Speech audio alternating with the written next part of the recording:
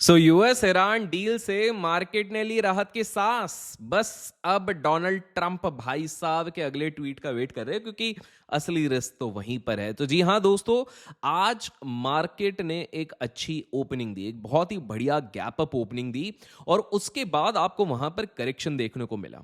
अब लोग वापस कंफ्यूज हैं, क्या ये समय आ गया हम इन्वेस्ट कर दें, या इकोनॉमी के ट्रेंड्स को हम एनालाइज करने की कोशिश करें? ग्लोबल और डोमेस्टिक मार्केट में एग्जैक्टली हो क्या रहा है? ये सेकेंड हाफ में अचानक से प्रॉफिट बुकिंग आई या कुछ और था? पिछले कुछ दिनों से मार्केट में उथल पुथल तो मचती जा रही है। एक तरफ जियोपॉलिटिकल टेंशंस खत्म होने का नाम ही नहीं ले रही है, और वहीं दूसरी तरफ कुछ ऐसे हिडन रिस्क भी हैं जो आपको हैरान कर देंगे। तो इस वीडियो में टिके रहिए। बदले में अपना वो लाइक का बटन फटाफट हिट कर दीजिए, ब्रेक कर दीजिए, क्योंकि इससे प्रोत्साहन मिलता है टाइमली आप लोगों को अपडेट देने के लिए। आज हम क्या क्या समझने वाले हैं, क्या क्या डिकोड करने वाले हैं, एक एक करके मैं बता दूं। हम बात करेंगे यूएस ईरान के पीस डील के बारे में, जिसके बारे में हर कोई आज के दिन सोशल मीडिया पे चर्चा कर रहा है। हम बात करने वाले हैं क्रूड ऑयल के क्रैश होने की चीज पे। हम बात करेंगे इंडियन रूपी का, क्या वो कमबैक करने के लिए तैयार हो चुका है, इसके बारे में बात करेंगे। हम बात करेंगे कुछ ऐसी चीजें जो मार्केट को ट्रिगर कर रही हैं। हम इवन बात करेंगे उस चीज की जो अचानक से आज के दिन फाइनली ऊपर गया है। 7 दिन गिरने के बाद, 30% गिरने के बाद। हम बात कर रहे हैं राजेश एक्सपोर्ट्स की। हम बात करने वाले हैं एक टॉप बैंक की, जिनके सीएफओ की तलाश जारी है। तो चलिए शुरू करते हैं। मात्र आपके 15 मिनट लगेंगे, सारी चीजें आपको समझ में आ जाएंगे A to Z। तो सबसे पहले हम बात करेंगे the burning topic of the day, जो कि है यूएस ईरान का पीस डील, और जिसके चक्कर में oil prices, that is crude oil, कहीं ना कहीं ड्रॉप हुए। देखो, आपको समझना पड़ेगा कि पूरे ग्लोबल फाइनेंशियल इकोसिस्टम को बदल कर रख दिया है केवल एक चीज ने, वो है यूएस ईरान के बीच का ये जो हिस्टोरिकल पीस डील फाइनल हुआ है। और इस फ्राइडे को इस पैक्ट पर ऑफिशियल साइनिंग होने जा रही है। इस डील की सबसे बड़ी बात यह है कि ग्लोबल ट्रेड का सबसे महत्वपूर्ण चोक पॉइंट, जो सबसे ज्यादा चर्चे का विषय में रह चुका है, वो है स्ट्रेट ऑफ हॉर्मुज, अब पूरी तरीके से सेफ है और ओपन हो रहा है। इस न्यूज पर हमारे आदरणीय प्रधानमंत्री मोदी जी ने भी खुशी जताई है, और उन्होंने कहा है कि वेस्ट एशिया में एक लास्टिंग पीस यानी लंबी शांति लेकर आएगा। तो कहीं ना कहीं हमारे प्रधानमंत्री जी इसको लेकर काफी ज्यादा पॉजिटिव है। अब आप सोच रहे होंगे कि इस जियोपॉलिटिकल पीस से आपके पोर्टफोलियो पे क्या असर पड़ेगा। बॉस, डायरेक्ट लेना देना है। जैसे ही ये खबर आई, मार्केट में क्रूड ऑयल के प्राइसेस अचानक से स्लम डाउन कर गए और गिरने शुरू हो गए। As of now when we are talking, already 5% से ज्यादा नीचे हैं। अगर ग्लोबल प्राइसेस पे देखें तो क्रैश होके $85 पर बैरल पे चले जा चुके हैं। जब भी ईरान और यूएस के बीच में टेंशन होती है, सबसे बड़ा डर यही होता है कि स्ट्रेट ऑफ हॉर्मुज ब्लॉक ना हो जाए और दुनिया का ऑयल सप्लाई इसके चक्कर में कहीं रुक ना जाए। पर अब वो डर धीरे धीरे करके खत्म होने गया है। सप्लाई चेन्स नॉर्मल हो रही है, और इसी वजह से क्रूड ऑयल के दाम तेजी से नीचे आ रहे हैं। इसी के साथ साथ इंडियन रूपी का एक बहुत ही पावरफुल कमबैक देखने को मिला है, और ग्लोबल बॉन्ड मार्केट में इसकी खासा चर्चा हो रही है। आपको समझना पड़ेगा कि रूपी स्ट्रेंथन हो रही है। UK bond yield percentage wise नीचे जा रहा है। ऐसा क्यों, समझते हैं। क्रूड ऑयल का गिरना इंडिया के लिए किसी लॉटरी से कम नहीं है, क्योंकि इंडिया की अपनी जरूरतें ऑलमोस्ट 80 से 85% ऑयल इंपोर्ट से होती है। जब क्रूड सस्ता होता है तो हमारा इंपोर्ट बिल कम हो जाता है और हमारा डॉलर बचता है, और इसी का असर दिखता है हमारी करेंसी पर। इंडियन रुपी की अगर हम बात करें तो उसने रिकॉर्ड लो से लगभग 3% का एक जबरदस्त सर्ज दिखाया है। जो रुपी लगातार रोज वीक हो रहा था, जिसके बारे में अनगिनत चर्चे हो रही थी, उसे इस यूएस ईरान पीस डील से और ऑयल स्लंप ने एक नया जीवन दान दिया हुआ है। कहीं ना कहीं सहारा मिल रहा है। सिर्फ करेंसी नहीं, ग्लोबल बॉन्ड मार्केट्स में भी इसका भयंकर असर दिखा है। यूके के बॉन्ड यील्ड्स पिछले 2 महीने के, जी हाँ, लास्ट 2 मंथ्स के सबसे निचले स्तर पे हैं। बाकी सारे पैरामीटर से ज्यादा मेरे लिए मैटर करता है 2 चीजें। पहला है क्रूड ऑयल और वो बॉन्ड प्राइसेस, तो दोनों कहीं ना कहीं एक पॉजिटिव वाइब दे रहे हैं। क्योंकि ऑयल सस्ता होने से ग्लोबल इन्फ्लेशन का डर कम हो जाता है, और जब इन्फ्लेशन का डर कम होता है तो सेंट्रल बैंक्स के इंटरेस्ट रेट कट करने की उम्मीद बढ़ जाती है। इस पॉजिटिव सेंटिमेंट ने पूरे ग्लोबल फिक्स्ड इनकम मार्केट को रिलैक्स कर दिया है। आज से 6-7 दिन पहले, 5-6 दिन पहले, दीपक भाई के चैनल पर मेरा एक पॉडकास्ट आया, वहां पर जाके देखिए। वहां पर एक प्रेडिक्शन की गई है कि दिवाली तक मार्केट कहां दिख सकता है, जाके चेकआउट जरूर कीजिएगा। बट अब हम समझने की कोशिश करते हैं गोल्ड और सिल्वर का क्या लेना देना है। देखिए, मार्केट ने एक बहुत ही अजीब और इंटरेस्टिंग पैराडॉक्स दिखाने की कोशिश करी at this point of time. वो क्या है?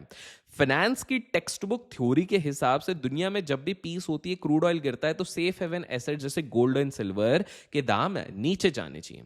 लोग सोना बेचकर स्टॉक मार्केट में पैसे लगाते हैं, ये माना जाता है। पर इस बार कुछ अलग हुआ। जहां एक तरफ क्रूड 5% गिरा, वहीं पे दूसरी तरफ आपको गोल्ड भी बढ़ते हुए देखा और सिल्वर भी करीब करीब 4% बढ़ते हुए देखा। As a result of the same thing, आपको आज के दिन ईटीएफ्स में भी एक इन्फ्लो दिखा होगा। गोल्ड बीज और सिल्वर बीज भी आपको कहीं ना कहीं ऊपर जाते हुए दिखे हैं, ऑलमोस्ट उसी प्रोपोर्शन में। इसका एक बहुत बड़ा कारण है कि डॉलर इंडेक्स में थोड़ी वीकनेस आई है और एक्सपर्ट्स का मानना है कि भले ही शॉर्ट टर्म में पीस हो गई हो, पर लॉन्ग टर्म इन्फ्लेशन हेजेस और स्ट्रक्चरल डिमांड्स की वजह से बुलियन मार्केट हैवी बाइंग के दौर से गुजरेगा। तो अगर आप गोल्ड या सिल्वर में इन्वेस्टेड हैं, तो ये आपके लिए भी एक पॉजिटिव न्यूज बन रही है। अब आपको समझना पड़ेगा कि आज जब हम बात करें, अभी तक हमने एक साइकोलॉजिकल लेवल निफ्टी का 24,000 का नहीं तोड़ा। अगर आप लोगों को ध्यान होगा, लास्ट वीक हमने एक क्लियर कट वर्डिक्ट दिया था, हम 23,000 के ऊपर जब तक है तब तक हम सेफ हैं। आज हम जब बात कर रहे हैं तो हम 23,072 का जो हमने लास्ट वीक लो लगाया था, वहां से ऑलमोस्ट 800 पॉइंट ऊपर है, which is a very good thing. माना जा रहा है दिवाली तक एक अच्छी खासी रैली देखने को मिलेगी, अगर मार्केट में कोई और ज्यादा नेगेटिव सेंटिमेंट्स नहीं आएगा। देखिए, ये सारी चीजें निर्भर करती हैं ट्रम्प भाई साहब के डॉक्टर पे, क्योंकि अगर उन्होंने टाइमली इनको दवाई दी तो ये पागलपने वाले ट्वीट नहीं करेंगे और कहीं ना कहीं हमारा मार्केट सेफ रहेगा। आपको समझना पड़ेगा, अगर ये चीज रही तो बैंकिंग, आईटी और ऑटो प्लस इंफ्रास्ट्रक्चर, ये वो स्पेस है जिन पे आपकी नजर होनी चाहिए। यूएस ईरान डील ने मार्केट को वो फ्यूल दिया है जिसका काफी समय से इसको इंतजार था। इस रैली ने शॉर्ट सेलर्स को पूरी तरीके से ट्रैप कर दिया है मार्केट के बॉटम में और एक नया बेंचमार्क बनाने की कोशिश करी है। लेकिन कुछ रियलिटी चेक करने की बहुत आवश्यकता है जिससे कि आपको और क्लैरिटी मिले। देखिए, मई होलसेल इन्फ्लेशन 9.68% पे है। समझिए इसको, ये थोड़ा इंपॉर्टेंट है। सब कुछ इतना रोजी नहीं है, हमेशा हमको हर एंगल से सारी चीजें देखनी चाहिए। क्या मार्केट में अब कोई टेंशन है? नहीं। अब वक्त है रियलिटी चेक का, क्योंकि इंडिया के डोमेस्टिक फ्रंट पर दो बड़े रेड फ्लैग्स अभी भी दिख रहे हैं जो कि आपके पोर्टफोलियो के लिए थोड़े से खतरनाक होते हैं। पहला रेड फ्लैग क्या है? पहला रेड फ्लैग है मई महीने का होलसेल इन्फ्लेशन WPI डेटा। ये डेटा बढ़कर 9.68% पर पहुंच गया है। ये जंप बहुत बड़ा है और इसका सबसे बड़ा कारण है फूड एंड फ्यूल प्राइसेस में आया हुआ स्पाइक्स। हालांकि एक्सपर्ट्स का यह कहना है कि जून में डेटा में हमें थोड़ी सी रिलीफ देखने को मिल सकती है, क्योंकि क्रूड ऑयल अब और सस्ता हो चुका है। पर 9.68% का होलसेल इन्फ्लेशन कॉर्पोरेट मार्जिन्स पर प्रेशर बनाता है, जो कि कॉर्पोरेट प्रॉफिट्स पे कहीं ना कहीं इंपैक्ट डालेगा। दूसरा सबसे बड़ा स्ट्रक्चरल रिस्क वो मेरे को दिख रहा है, वो मॉनसून डेफिसिट रेनफॉल है। यूएस ईरान पीस डील से ग्लोबल रिलीफ तो मिल गई है, जिसका हमको इंप्लीकेशन देखने को मिल गया है, पर घर के अंदर इंडिया अब एक मॉनसून डेफिसिट का खतरा देख रहा है। अगर देश में बारिश कम होती है तो रूरल इकोनॉमी, मतलब गांव वाली इकोनॉमी में कमाई का पे कहीं ना कहीं असर पड़ता है। खाने पीने की चीजें महंगी हो जाती है और इससे ओवरऑल जीडीपी ग्रोथ स्लो हो जाती है। तो मार्केट इस तेजी में आपको देखना है कि मॉनसून किस हिसाब से आता है। हम तो दुआ करते हैं कि जल्द से जल्द आ जाए। आज कहीं ना कहीं अगर आप गुड़गांव साइड पे जाते हैं या थोड़ा उसके आसपास दिल्ली साइड जाते हैं तो बारिश हुई है। होपफुली नोएडा साइड पे भी हो जाए, हर जगह बारिश हो जाए तो सब लोग खुश रहेंगे। अब मैं आप लोगों को बताने वाला हूं एक बहुत ही इंटरेस्टिंग चीज। कहीं ना कहीं अगर आप मार्केट में देखेंगे तो आज भी सोल्ड, बहुत ही हेविली सोल्ड आपको काफी सारे स्टॉक्स मिलेंगे, काफी सारे सेक्टर्स मिलेंगे। जैसे कि मैंने कहा, इंफ्रास्ट्रक्चर हो गया, इंफ्रास्ट्रक्चर सेक्टर हो गया, इसके अलावा डिफेंस सेक्टर हो गए, यहां पर भी आपकी थोड़ी सी नजर होनी चाहिए। आपको समझना पड़ेगा कि काफी सारे टॉप इंडियन स्टॉक्स हैं जो अभी भी 54%, जी हां 54% ऐसे स्टॉक्स हैं जो अपने 2023 के प्राइस लेवल से भी नीचे मिल रहे हैं आपको। सो आपके पास ना एक बहुत अच्छी अपॉर्चुनिटी यहां पर बन गई है कि अगर ऑलमोस्ट 54% एक तरीका हिडन डिस्काउंट सेल चल रहा है, अच्छे स्टॉक्स, क्वालिटी स्टॉक्स अगर आपको सस्ते में मिल रहे हैं तो आपको, और वो भी लार्ज कैप और कुछ उसमें से सॉलिड फंडामेंटल्स के साथ हैं, तो प्राइस डिस्टॉर्शन की वजह से और सेक्टरल रोटेशन जो चल रही है वहां पर आप लोगों को एक अच्छी अपॉर्चुनिटी भी मिल रही है। अगर इस प्रकार का कोई स्टॉक आपके नजर में भी है, कमेंट्स में आप जरूर बताइएगा। I will try to review it कि क्या सही में वहां पर आपको अपॉर्चुनिटी देखने को मिल रही है है या नहीं मिल रही है।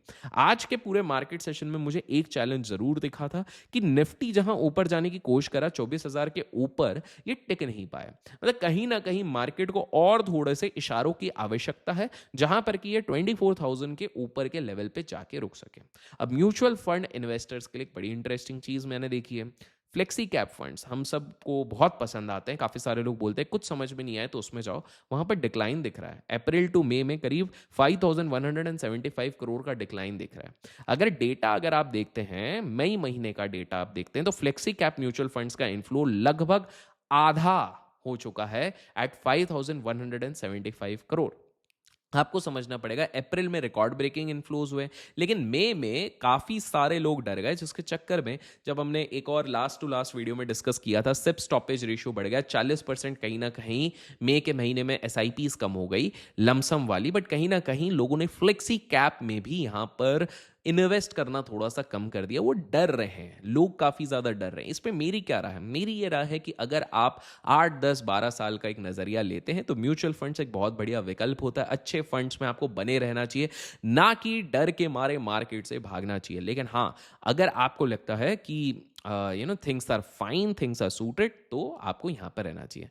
बात करते हैं भाई साहब, जो ये सेबी का पूरा इशू चल रहा था ऑन राजेश एक्सपोर्ट्स, उस पर क्या चल रहा है। अचानक से आप लोगों ने एक चीज़ नोटिस करी, बहुत सारे लोग बैक टू बैक पॉडकास्ट कर रहे हैं। देखो, पॉडकास्ट करने को हम भी करना चाहेंगे राजेश एक्सपोर्ट्स के टॉप लीड सीईओ के साथ, but it should not be biased. कहीं ना कहीं अगर हर जगह पर हम देखते हैं तो कोई कॉन्फिडेंटली दिखाने के लिए बस सवाल पूछ रहा है, लेकिन कोई तर्क करके सवाल नहीं पूछ रहा है। इस तरह के सवाल जो deep with in Rajesh exports के बुक्स में झांके। ऐसा लग रहा है कि बहुत सारी चीजें स्क्रिप्टेड है, मैं गलत भी हो सकता हूं। आपको क्या लगा बताइए? अचानक से बहुत सारे पॉडकास्ट देख रहे हैं। इस स्टॉक मार्केट में ये 7 दिनों में ये स्टॉक 30% से ज्यादा गिरा। आज हाल फिलहाल में जब हम बात कर रहे हैं तो इसने इतने दिनों बाद एक 5% की डेड कैट बाउंस जरूर दी है। लेकिन आपको समझना पड़ेगा, अभी कॉन्ट्रोवर्शियल है, काफी एलिगेशंस लगे हैं।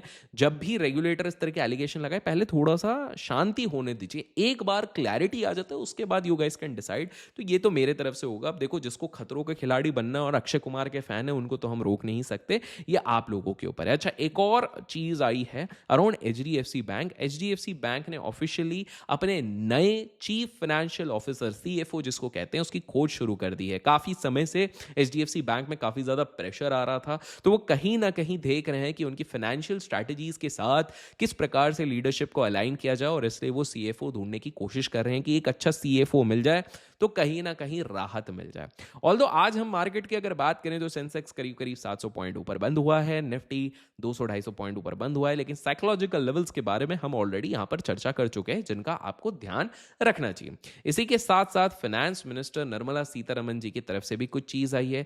बात करते हैं पॉलिसी और जॉब मार्केट की। हमारी honourable finance minister Nirmala Sitharaman ji, जो कि आप सभी को पसंद है, उनकी पॉलिसीज आप सभी को पसंद आती हैं, तो उन्होंने गवर्नमेंट सिक्योरिटीज G-Secs पर कैपिटल गेन टैक्स रिलीफ को लेकर एक बहुत बड़ा बयान दिया है। उन्होंने कहा है कि G-Secs में जो कैपिटल गेन्स टैक्स रिलीफ देना था वो बस कहानी की शुरुआत है, not end of the story. India को अपनी ग्रोथ मेंटेन करने के लिए और भी बड़े पैमाने पर फॉरेन कैपिटल की जरूरत पड़ेगी। आई थिंक कुछ 1-2 साल पहले बोला गया था कि हमको जरूरत नहीं है, but I think now it has been realised कि हमको शायद जरूरत पड़ेगी, और इसलिए फॉरेन इन्वेस्टर्स को अट्रैक्ट करने के लिए कहीं ना कहीं और चीजें की जाएंगी। इसका मतलब साफ है, बॉन्ड मार्केट और इक्विटी मार्केट में फॉरेन इंस्टीट्यूशनल इन्फ्लोज बढ़ाने के पूरे चांसेस हैं।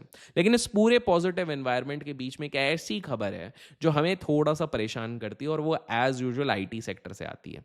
ऑल्दो आज के दिन पे आईटी सेक्टर ने भी कहीं ना कहीं एक पॉजिटिव मोमेंटम देके पूरे इंडेक्स 1% के ऊपर क्लोज दिया, लेकिन ग्लोबल टेक लेऑफ्स का वेव बहुत भयंकर चल रहा है और भयानक तरीके से चल रहा है। लाखों एक्सपीरियंस टेकीज और फ्रेशर्स अपनी नौकरियां लॉस कर रहे हैं, नौकरी की तलाश में, नई अपॉर्चुनिटीज की तलाश में दर दर भटक रहे हैं, क्योंकि टेक सेक्टर में जॉब्स कम होती जा रही हैं। तो डिस्क्रिशनरी स्पेंडिंग, जैसे कि नया लैपटॉप लेना, नया कार लेना, नया घर लेना, नई बाइक लेना, ये थोड़ी सी कम हो जाएगी। ये सब इंटरकनेक्टेड होते हैं।